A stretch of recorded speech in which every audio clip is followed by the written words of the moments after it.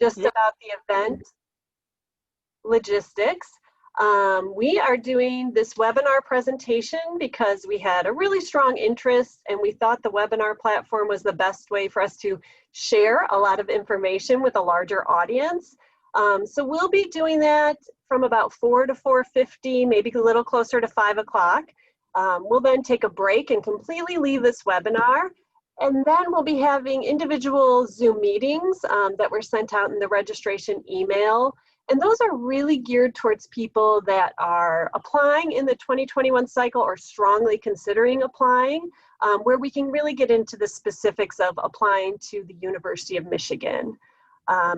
Throughout this, we will keep the chat open. If you listen to the presentation and still have some questions, you're welcome to share them in the chat. We're not going to individually answer questions necessarily, but if we see kind of a theme, we'll come back to them. Also, please feel free to use the chat function if you're having technology issues or anything like that. We are recording this and we'll be sharing it on our website shortly after the event this evening. So if there's anything you missed or you want to review, please feel free to come back. So for this webinar portion, we're going to do a very brief overview of genetic counseling, kind of the current landscape and the outlook for the profession. Then we'll be diving into a little bit more into the genetic counseling program here at the University of Michigan. And then finally, we'll talk a little bit about applying to graduate training in genetic counseling. And then we'll continue that discussion into our Zoom meetings. So if you're here tonight, you probably have already had to answer the question, what is a genetic counselor? This is a definition provided by the National Society of Genetic Counseling. And that is a great resource if you're earlier kind of in your investigation of this profession. Please go to the NSGC website. There's a lot of information there. But the key words I would kind of point out here is that genetic counselors are health professionals with specialized education in both genetics and counseling. And if you're considering this profession, it might be really important to ask yourself, are you comfortable in both of those worlds? Genetic counselors are immersed in genetic technology and information while also providing patients with a real personalized care through advanced counseling skills. So it's important that genetic counselors are comfortable in both of these worlds. And as they interact with patients, it's a very patient-centric approach. So they're taking this information, they're assessing the patient's needs, and they're providing a very patient-centric care. In order to do this, genetic counselors have a skill set that is very unique and kind of falls in these 4 domains.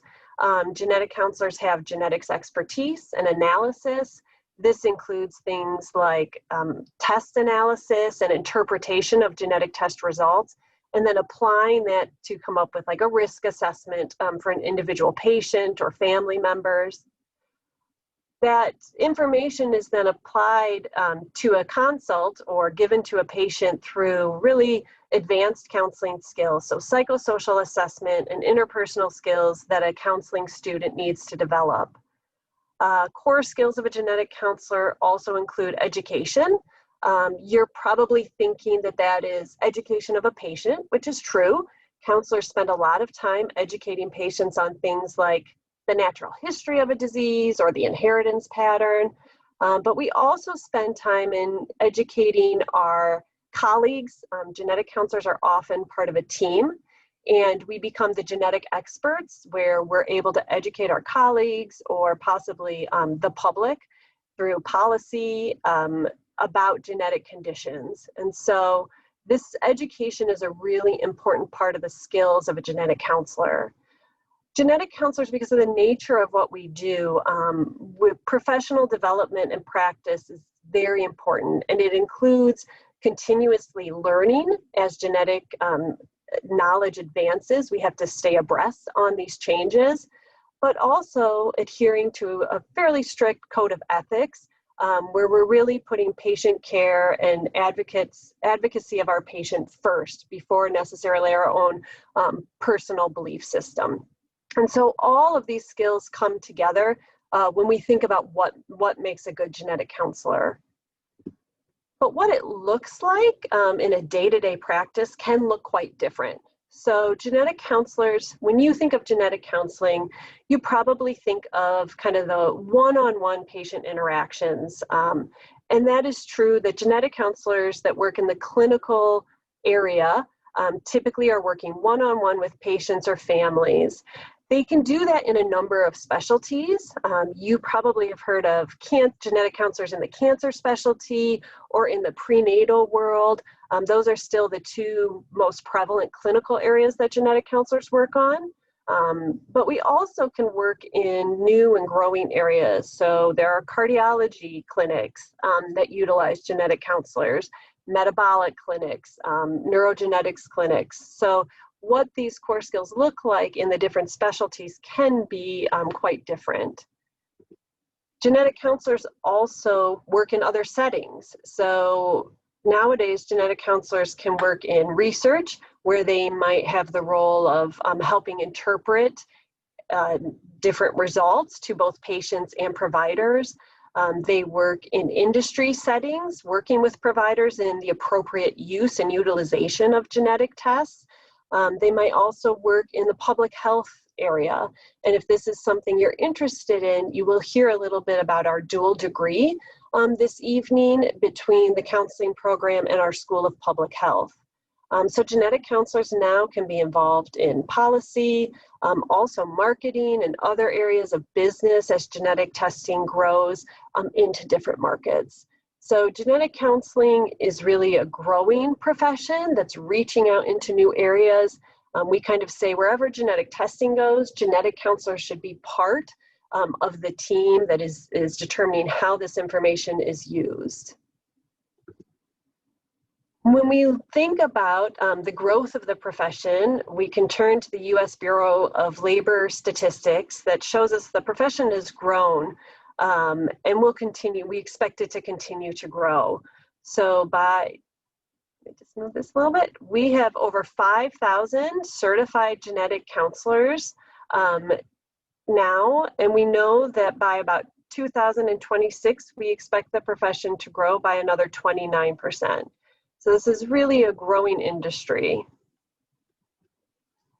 So we're going to take a moment now. I'm actually going to just stop sharing for half a second here. Oops. And we are going to have Julie. I'm just trying to see if Julie's on, so I apologize. There's Julie. We're going to have Hi. Julie. Hi.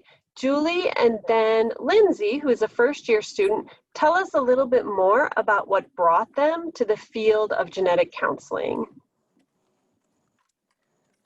I can go first. So I was brought to the field, I was attracted to the field of genetic counseling originally because I'm somebody that really likes to solve problems. So I've always said that one of my favorite activities to do is puzzles, and genetics is a lot like a puzzle, but I really wanted to also have that patient interaction. And so I feel like genetic counseling blends the opportunities to solve pieces of puzzles, put them together, and help patients understand what's been going on with them and some of the questions that they have had. Great, Julie, thank you. And now Lindsay is going to share with us. Hi everyone, my name's Lindsay. I'm a first-year genetic counseling student here at the University of Michigan. And I, maybe like some of you, was not aware of the genetic counseling field when I was entering undergrad. I knew I wanted to major in biology, but I wasn't sure what career path I wanted to pursue. I was able to attend a biology career night my freshman year, and 2 local genetic counselors gave a presentation on the field. I was able to shadow them, and after my shadowing experience, I found that I really loved the niche role that a genetic counselor plays in a patient's healthcare, including educating them on genetic disease and helping patients make the right choice for them in terms of genetic counseling. Great, thank you, Lindsay and Julie. I'm going to go back to sharing my screen here.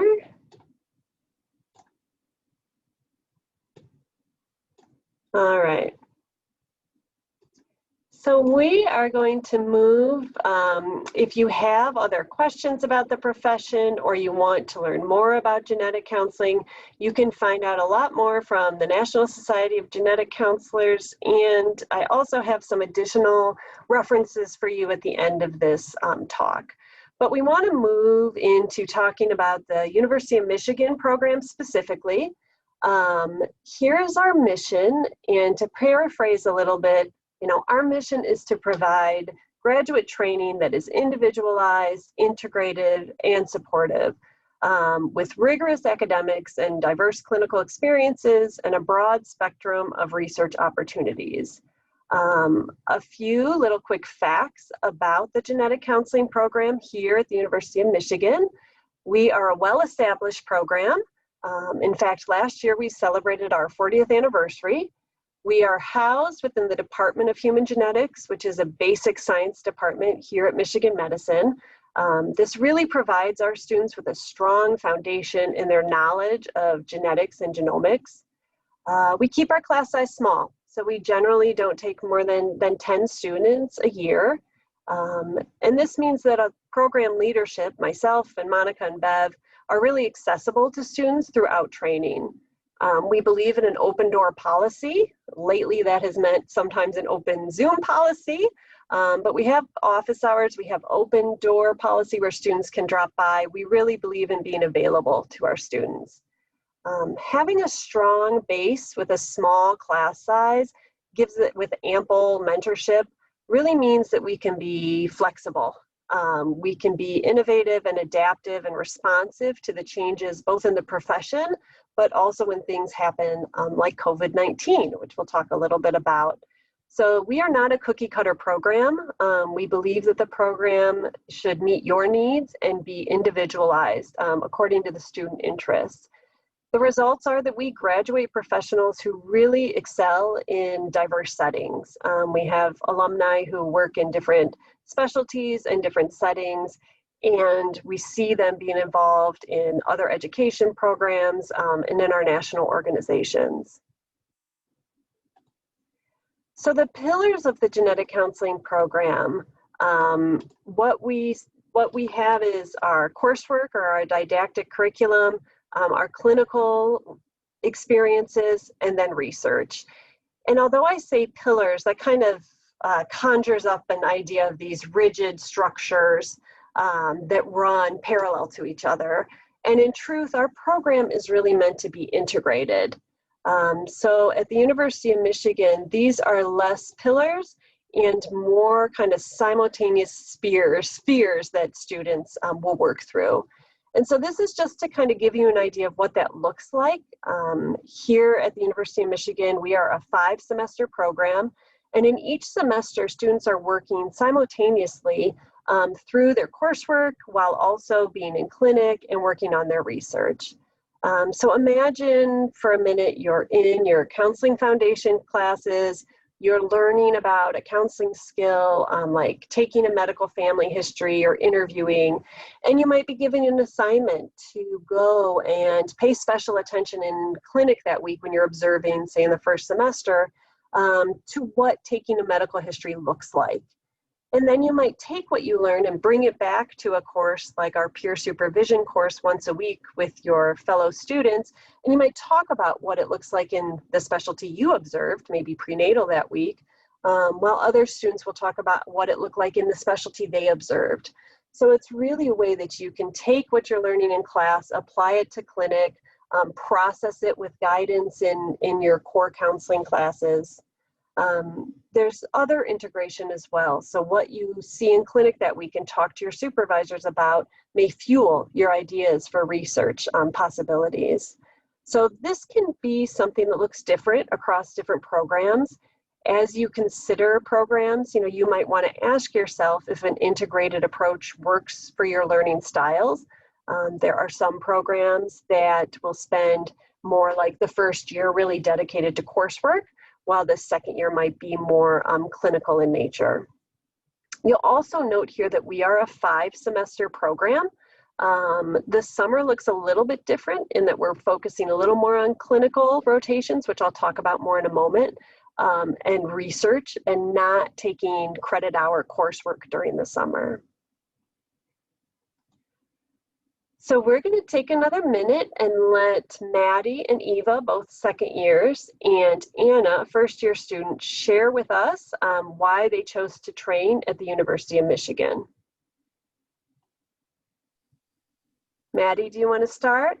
Hello, yes. Hi, everyone. My name is Maddie. I am a second year student here in the genetic counseling program. There are lots of reasons that I chose to train at the University of Michigan, but for the sake of time, I'll cover just my top two, perhaps.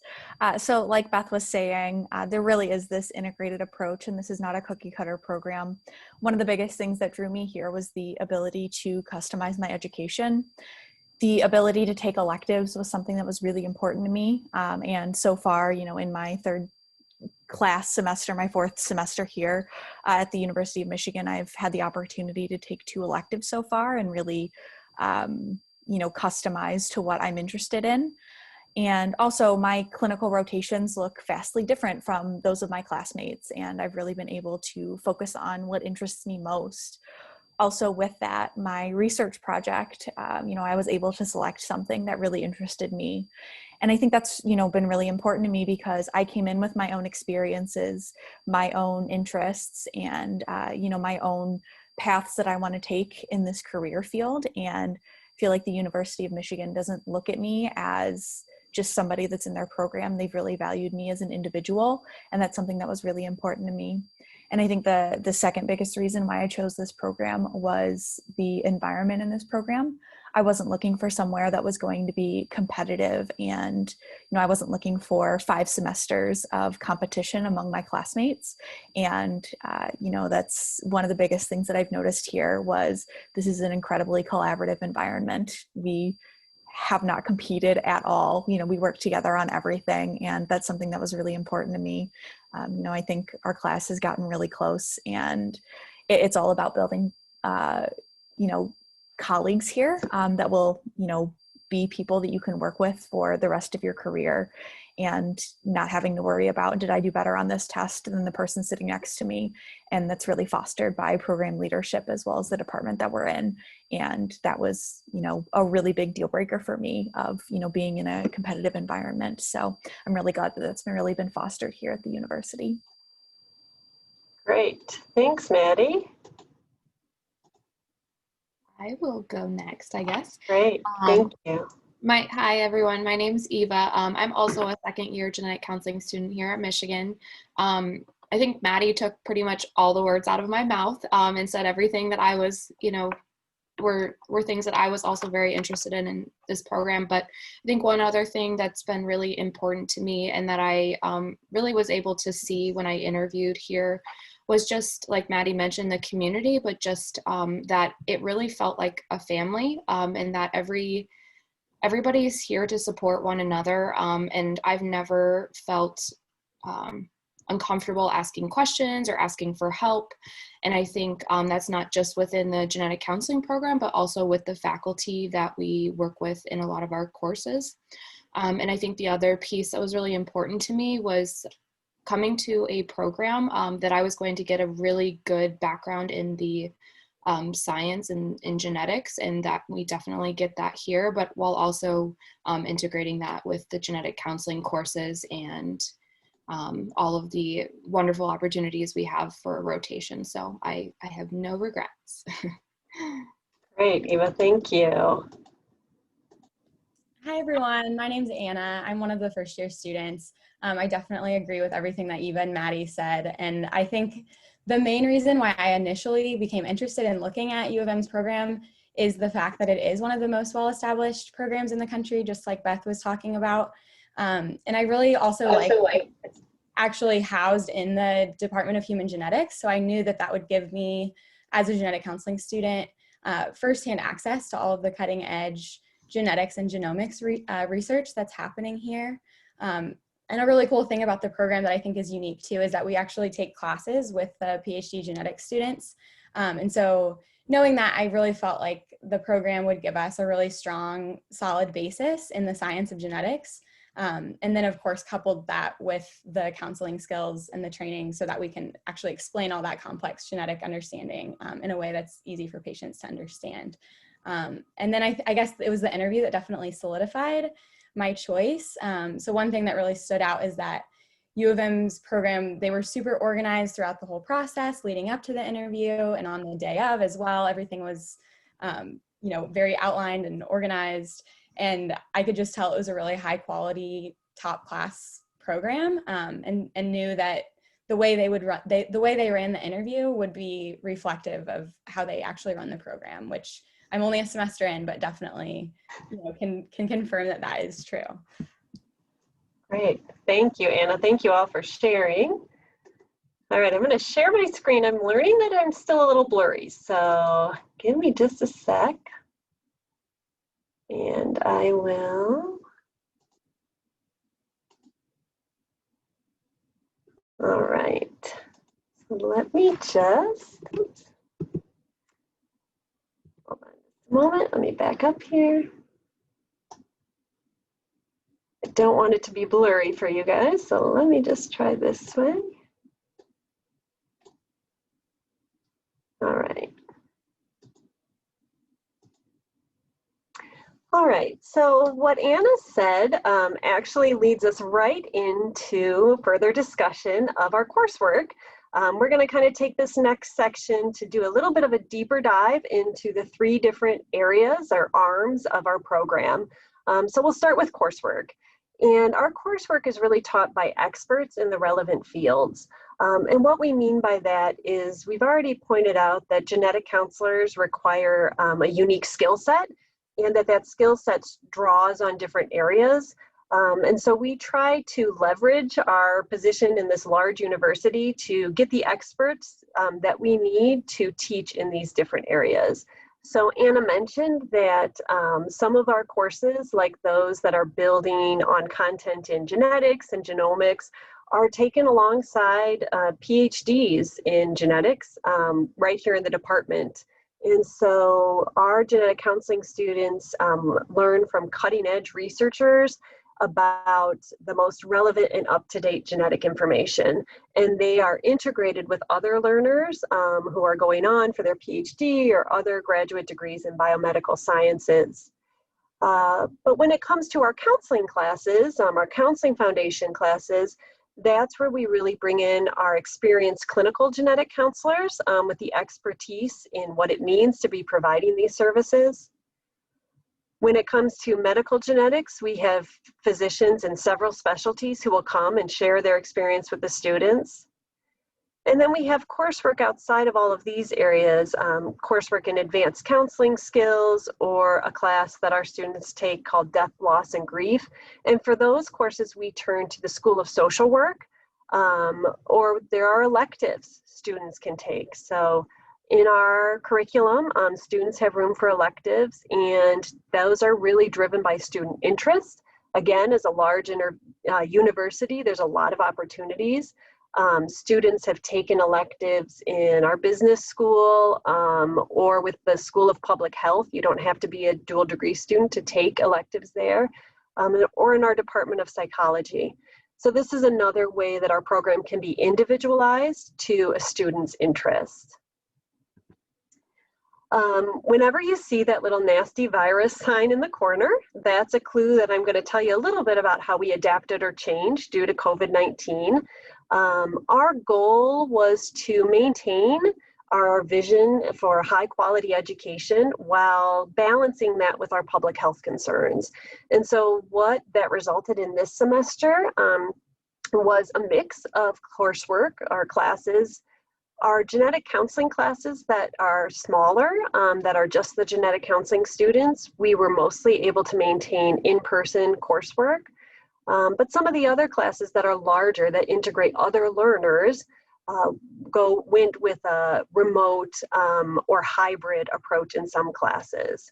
So again, being smaller, being adaptable, we were able to maneuver this way, and we think at this time it's the best balance. I don't know exactly what the future will hold in terms of COVID, but we've convinced ourselves that we are adaptable and that we can be successful this way. So clinical training, a little bit about clinical training, and I have no doubt there'll be more questions about this into the Zoom room meetings afterwards. But this is the general format for our clinical training. And right off the bat, right in the first semester, students will do observational rotations. They generally go through 10 to 12 different sites, 1 day a week. And I think it's good to note that although we call these observational rotations, it's a very active observation. So you might be guided by a classroom assignment or something you've been given in peer supervision to watch out for something very specific during your day in clinic, and then come back and share that with your peers. So it's a time where students are really building their understanding of what it means to be a genetic counselor and what the different roles of a genetic counselor look like in different specialties. So it's a very active time, even though the students might not be taking on active roles where they're actually speaking to a patient during a session. That all changes winter. So winter of the first year, students will join a clinic more for like 10 weeks, and they will start to take on active roles within a session. It might start with individual parts of a session, like just taking a family history or taking a medical history, but they'll start doing, they'll have increasing responsibility for parts of a session. During the summer then, I already mentioned that our students don't take credit hour coursework during the summer. Instead, they'll do 2 full-time 7-week rotations. During that time, students are really starting to piece together the different parts of a session they've been doing, taking on more responsibilities, and really getting a behind-the-scenes look at all the other things genetic counselors do in their clinic or with their healthcare team. So kind of a behind-the-scenes look at what it means to be a genetic counselor. The hope is by the end of summer, most students will be putting together entire sessions, so that when they come in for the fall of their second year or winter of their second year, they'll usually complete 2 more clinical rotations, and they'll have full responsibility for those cases. But they'll also start to practice and experiment with more advanced counseling skills, as well as psychosocial assessment. So it's continued growth throughout that second year. This is a snapshot of kind of a summary of typical clinical training. In the first year, or first semester, sorry, most students will have on average about 32 cases. And again, during that time, they're really seeing different specialties, different counseling styles as they're building, what genetic counseling looks like. By graduation, most students will have on average 150 cases that they've observed or been involved in. Another acronym you may want to know about is ABGC and ACGC. The websites are at the end of this slideshow. But ACGC is our accrediting body, and all the training programs that you look at are likely accredited or should be accredited by ACGC. And ACGC gives us our standards of what should be included in training for graduate students in genetic counseling. And so they recommend that students graduate with 50 core or participatory cases where they've had enough roles that they can really start to establish themselves in the core skills that we talked about earlier. In the University of Michigan Genetic Counseling Program, most students will graduate with more like 98 core cases. So well above kind of the standard core cases that are recommended. The 3 circles at the bottom there just are kind of a summary of patient age of the patients. Students see the different clinical settings where they were able to see patients, and then ethnicity of the patients. We are in the town of Ann Arbor in the Midwest. It's probably not all that surprising that the majority of our patients are Caucasian. We also know that unfortunately there is health disparity in our genetics clinics and who has access to genetic testing and services. So this is something we're aware of. There are some different ways we can increase, or a student, particular interest can increase the diversity of the patient demographic they're seeing. And we'll talk a little bit about differences in summer rotations and things in just a moment. This is just a list to share with you of the clinics that are available here within Michigan Medicine. We feel really fortunate that we have several genetics clinics here at the university. I don't need to read them for you, but I will point out that some of these are really unique specialty areas. For example, we have a growing cardiovascular genetics clinic, and our ophthalmic genetics clinic is really doing interesting things with their research and gene therapy. So there's some really interesting opportunities here to be exposed to clinics that might not be in other centers. So outside of our Michigan Medicine Clinic, we also take advantage of clinics within the state or within Southern Ohio for routine clinic rotations. And so this gives students an opportunity to get outside of a large academic center and see what it might be like to be a genetic counselor in a smaller hospital, a community setting, and also increases that diversity in our patient population. We usually balance students' overall kind of clinic portfolio so that no one student is always driving to a location or that there's a balance of specialties. So again, we're not a cookie cutter program, so we kind of put all this together for students to try and to ensure that there's a balance there. The map in front of you is actually a map of the different summer sites that our students have gone to. So I mentioned that during the summer, we kind of take a break from coursework, and students delve into 2 clinic rotations, and those are full-time, 40-hour-a-week, 7-week-long rotations. Typically, one of those is one of our local sites, either within Michigan Medicine or one of the nearby sites. And then often one of those is off-site and even out of state. So this gives you an idea of where some of our students have gone for that out-of-state rotation during the summer. This is really guided by student interest in that if a student really wants to target a certain specialty or hit a certain geographical area, we work with the student to try and make that happen. So another way that our program can really be individualized. Clinical training was impacted by COVID-19. It's probably not a surprise that impacted healthcare centers, across the country. For a period of time, our students couldn't have access to patients in a live setting. And so again, we pivoted and we came up with some solutions to keep that kind of critical clinical thinking going. We developed kind of a clinical intensive, a boot camp during the months of May and the beginning of June. And then all of our students were able to have a rotation over the summer, mostly remote rotations where students provided telehealth and virtual care, but they were able to have patient interactions. We continue to have some clinics that are providing telehealth, but many more clinics are able to provide in-person care at this time.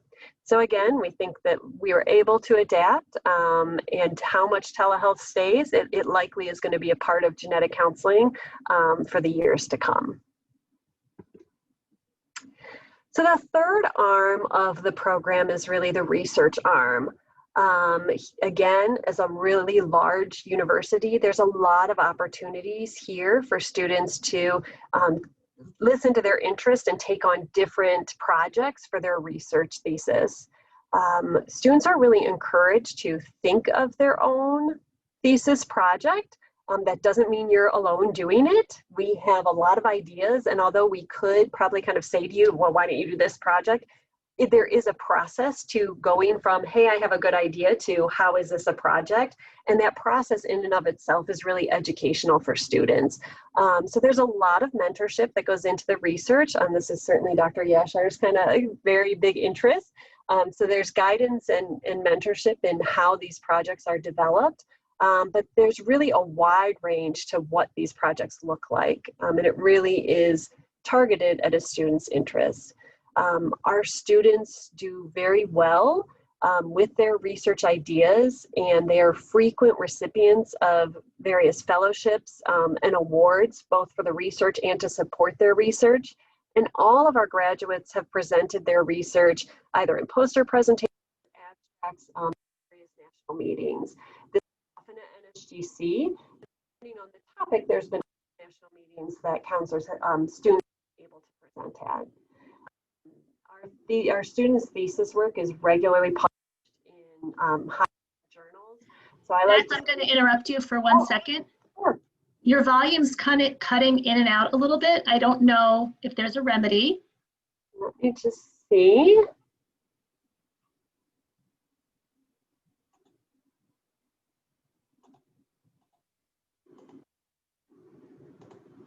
Let's see.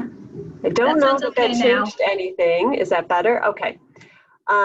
So I like to remind students that even though, your research thesis can kind of seem like a labor of love, that you kind of dedicate parts of these 2 years to, with so many of our students being able to publish, they're really contributing to the knowledge of other genetic counselors out there. And this information will be used by practicing genetic counselors for possibly years to come. Let's just see.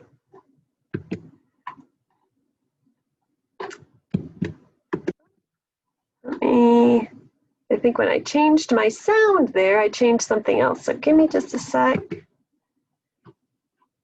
It is not sharing the same way or advancing the same way. Hold on. Okay, there we go. So the outcome for our program, outcome of graduate training can be measured in many different ways, but one question we get very often is how do our graduates perform on the ABGC certification exam?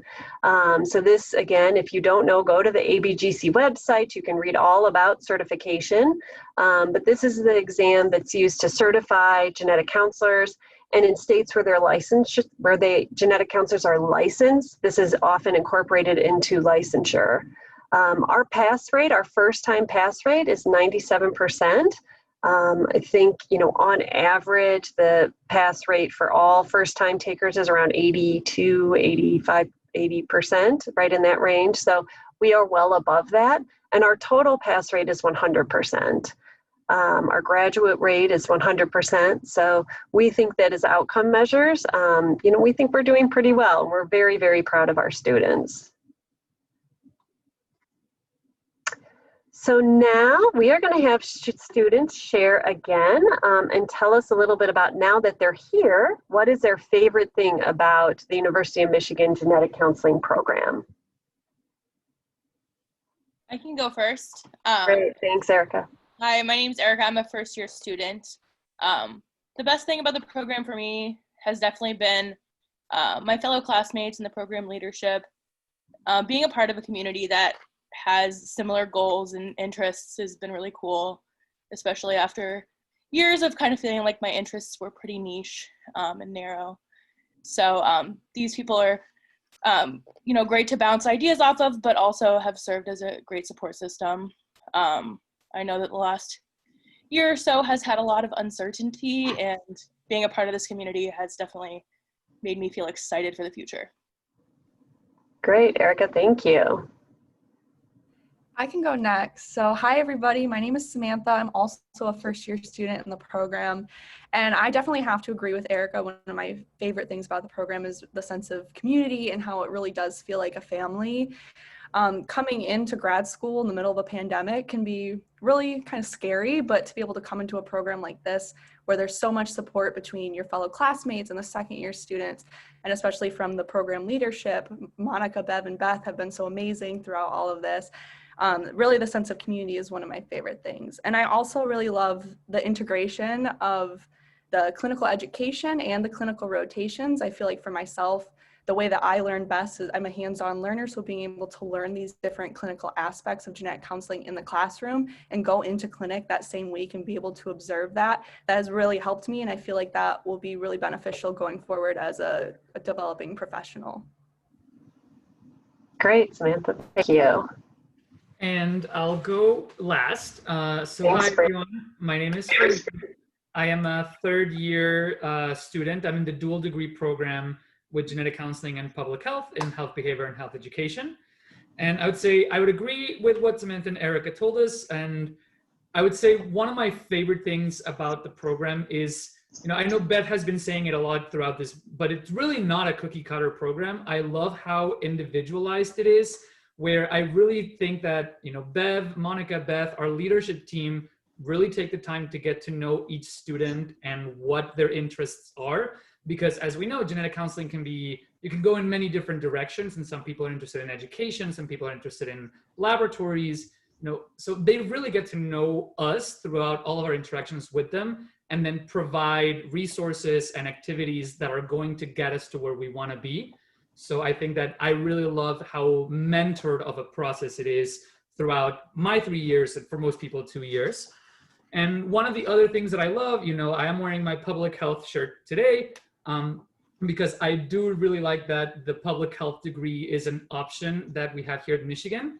I actually didn't end up applying to it originally, but because we're able to take so many electives in different schools, I was able to learn about public health and what it was as a field and how it interacted with genetics. And I had the opportunity to then apply to the dual degree while I was already here at Michigan. So I really like that interaction, and that there's such a large focus in public health initiatives within our program. And that even if you're not a dual degree student, you have the chance to really take all of these classes in public health, social work, the School of Education, the School of Business, to complement your education to your specific interests. Great. Thank you, Fareed. So moving from our program to how to apply. Again, if you're a little earlier in your investigation, you might not be as familiar with the MATCH program, but the Association of Genetic Counseling Program Directors initiated a MATCH program. I think we're in our fourth year, meant to kind of help make it more equitable and efficient in the placement of applicants in programs across the country. And so you are required, if you want to apply to a genetic counseling training program, to register for the match. And so please, there's a lot of information on the website. I won't go through all the details right now. Please visit the website if you have questions specifically about the match. But here's kind of some dates and deadlines that are important. The big thing is to register for the match by December 15th if you are applying this year. But once you register for the match, that's not applying to programs. So you probably know that then each program has its individual requirements to apply, and different timelines and deadlines. So for example, our program, the deadline for application is January 5th. We don't do kind of rolling admissions or anything like that. So anything received, by that deadline will be looked at equally. But again, I'll say it again, our deadline is January 5th. So take a look at the match website, as well as any certain deadlines or requirements for programs you're interested in. For our program, if you are not familiar, you can go to our website and download a PDF of our program prospectus. It is full of details about the program, which we've already reviewed some tonight, but also about the application process, interviewing, frequently asked questions about our different requirements. It is really a treasure trove of information, and I would download it and take a look at it. Thinking about our prerequisites, we do have some things that we think are really important and help us define and identify a successful applicant, or who will be successful as a genetic counseling graduate student. For coursework, we do want applicants to have science courses up through biochemistry. You do not need to have a lab component, but we do want to see through biochemistry, and including one upper level human genetics course. That's usually a 300 or 400 level course, depending on what's available at your institution. We also have the requirement for a general statistics course. Now, if you're applying and you're still in school and you're not going to take that until, your final semester, you can let us know that. If there's other things, like you've been out of school for a while and you're wondering about the prerequisites, you can always contact us, and we're happy to look over things and talk about, what courses you might need to be successful in graduate training here. We also have advocacy prerequisites. This is an area that we get a lot of questions about, and I have no doubt we'll continue to discuss in our Zoom meetings. One thing I think about with advocacy is sometimes applicants ask, oh, where should I get advocacy, or what should I do?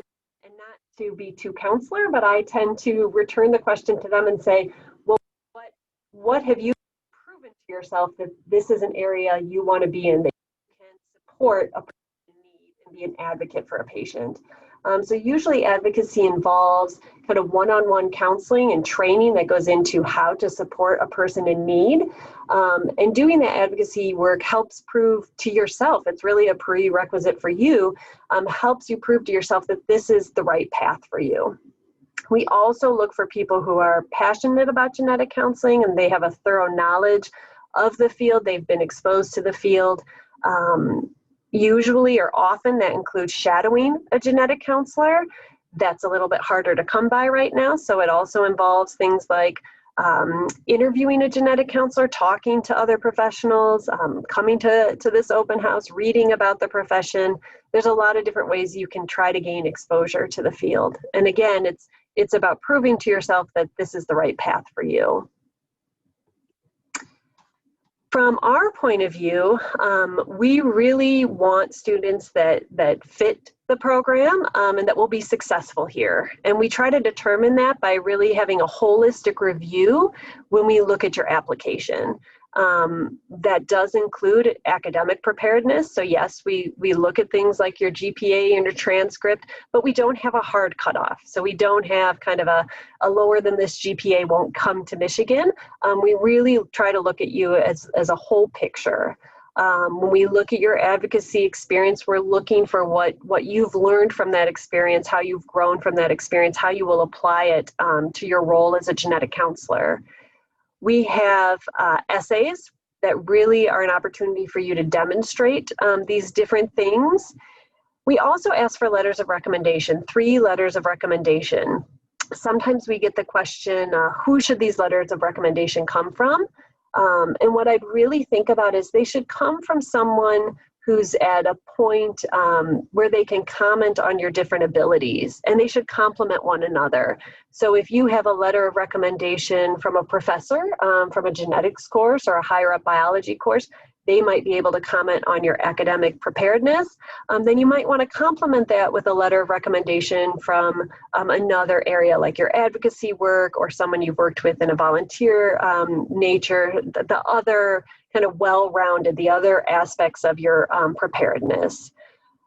When we look at your application, residency is not considered, even though we are a state school. We don't necessarily give priority for in-state, and we don't look at out-of-state differently. And reapplicants are really encouraged. Again, we're looking for people that are passionate about becoming genetic counselors, and we think that being willing to reapply to programs and taking charge of doing what they need to do to reapply really is a sign of strength for an applicant, dedication to becoming a genetic counselor. So we look very favorably on reapplicants.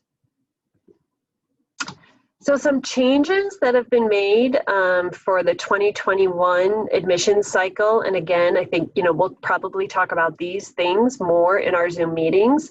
But for the 2021 application cycle, we are not considering GRE scores. They will not be reviewed, so that we will not ask you to submit any GRE scores. We will still ask for 3 letters of recommendation, but we will no longer be requiring that one of these be from your advocacy. If you have done advocacy or someone knows you in that vein, certainly still include a letter of recommendation from them. But we recognize that traditional advocacy work has been harder to come by. So you might ask yourself, if there's someone in your life, in your past, that can comment on some other aspect of your preparedness for genetic counseling. When it comes to grades, we will be accepting pass-fail grades that have been given due to the COVID-19 pandemic. And then for interviews, we have made the decision that for the 2021 admission cycle, all interviews will be held virtually. So after we review applications in February, we make the offer for interviews, and then interviews are typically held February, March, and April. So that this year they will all be held virtually. And they're really a time for us to get to know you and you to have some time with program leadership and students and learn about the program. Okay, so our final kind of input from students, we're going to get some tips and advice for applying to genetic counseling graduate programs. Get Michael and I'll go ahead. okay. Go ahead. Okay. Hi, so my name is Michael. I'm a second year genetic counseling student with the program. And the two pieces of advice I kind of wanted to give on this, first comes from kind of the application process itself, and really thinking about not underselling yourself. So in the kind of review that Beth was going over in the holistic view of the applicant, I think one of the things that is important to consider is what your communication skills are like. As genetic counselors, we spend a lot of time speaking to people, whether they be patients or our colleagues. So I think that highlighting any experience that you've had really using those communication skills and talking with people is good to bring up, especially when experiences with genetic counselors can be pretty hard to come by. I think the second piece of advice comes more when you're trying to select a training program to kind of go with and what the considerations are there. I know it's a really difficult decision. And especially everybody has kind of a minor freak out on match day, and that's completely okay. But I think that when you're kind of putting in the institutions in the match, kind of think about what the resources are that are of most importance to you. I think we've done a good job of going through what Michigan offers. But I think just thinking about things like what are the access to the clinical sites that you'll be seeing? What do those patient populations look like? What are the access to faculty you'll have, either faculty that are doing basic science or faculty that could be involved with your mentorship as a genetic counselor. So those are just some of the things, but I think really thinking about what the resources you want to see from a program are, and kind of making a priority list from that would be really helpful in kind of narrowing it down. Thanks, Michael. I think Haley is going to share last with us. Yeah, so I'm Haley and I'm a first year student. And I think right now is kind of the time where you're working on applications if you're applying this round. And so I think one thing that helped me was to set mini deadlines for each section of the application. I think it can be really overwhelming and there's a lot of steps. You got to get your letters of recommendation, write your essays, just do the general portal information. So I created like little deadlines for myself that were, like a month or so for each one. And I think that helps break it up and not make it seem so daunting, especially at least for myself. I'm really good at procrastinating things, and you don't want to put off these things until the end, right during Christmas or New Year's when the applications are starting to be due, because that's a time to have fun and celebrate. But you also want to make sure you're selling yourself well and you have a strong application. So I think if you start early and do little sections at a time, it won't seem as bad.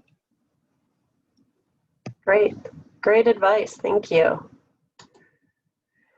So that is the majority of what we wanted to cover during the webinar. And these are some additional resources. Again, if you're a little bit earlier in your journey, maybe you're not, definitely applying in this 2021 cycle, these can be really good places to find out more.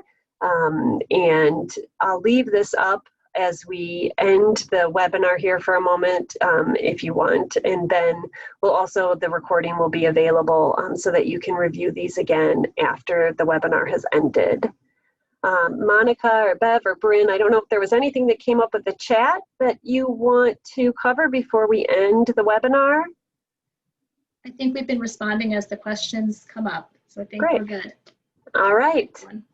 Then I will leave this up for another minute or two, but we will end the webinar, leave the webinar and take a 5-minute, I think we're nearly on time, maybe a 5-minute break as we start back up the Zoom meetings. Again, mostly the meetings are targeted kind of question and answer period for those applying in the 2021 cycle or strongly considering applying in that cycle, trying to be a little more intimate so that we can answer direct questions there. But thank you for joining us and take care.